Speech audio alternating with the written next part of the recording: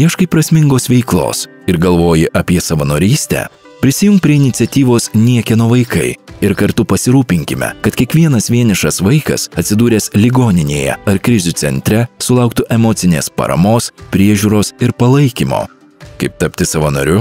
Pirmas žingsnis – įvertink savo galimybės.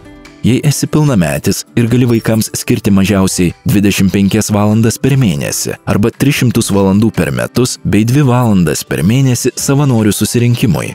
Antras žingsnis – dalyvauk informacinėme renginyje. Nuotoliniu būdu išsamei tau papasakosime apie savanorystę mūsų organizacijoje. Atsakysime į visus rūpimus klausimus ir pasidalinsime esamų savanorių patirtimis. Trečias žingsnis – užpildyk savanorystės anketą. Taip patvirtinsi, kad ši savanorystės forma atitinka tavo asmeninius lūkesčius.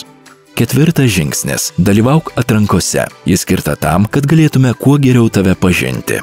Penktas žingsnis – sėkmingai įveikus atranką, pakviesime tave į 6 dienų parengiamuosius mokymus apie vaikų raidą, poreikius, emocijas ir elgesį bei savanorio vaidmenį, pagalbos galimybės ir ribas. Po mokymų teliks pateikti sveikatos ir neteistumo pažymas bei pasirašyti savanorio sutartį 1 metams. Savanoriauti galima 6 Lietuvos miestuose – Vilniuje, Kaune, Klaipėdoje, Šiauliuose, Panevėžyje ir Palangoje. Tapk iniciatyvos Niekieno vaikai savanoriu dabar ir padėk kurti vienišiems vaikams šviesesnę ateitį, kurios jiems taip reikia.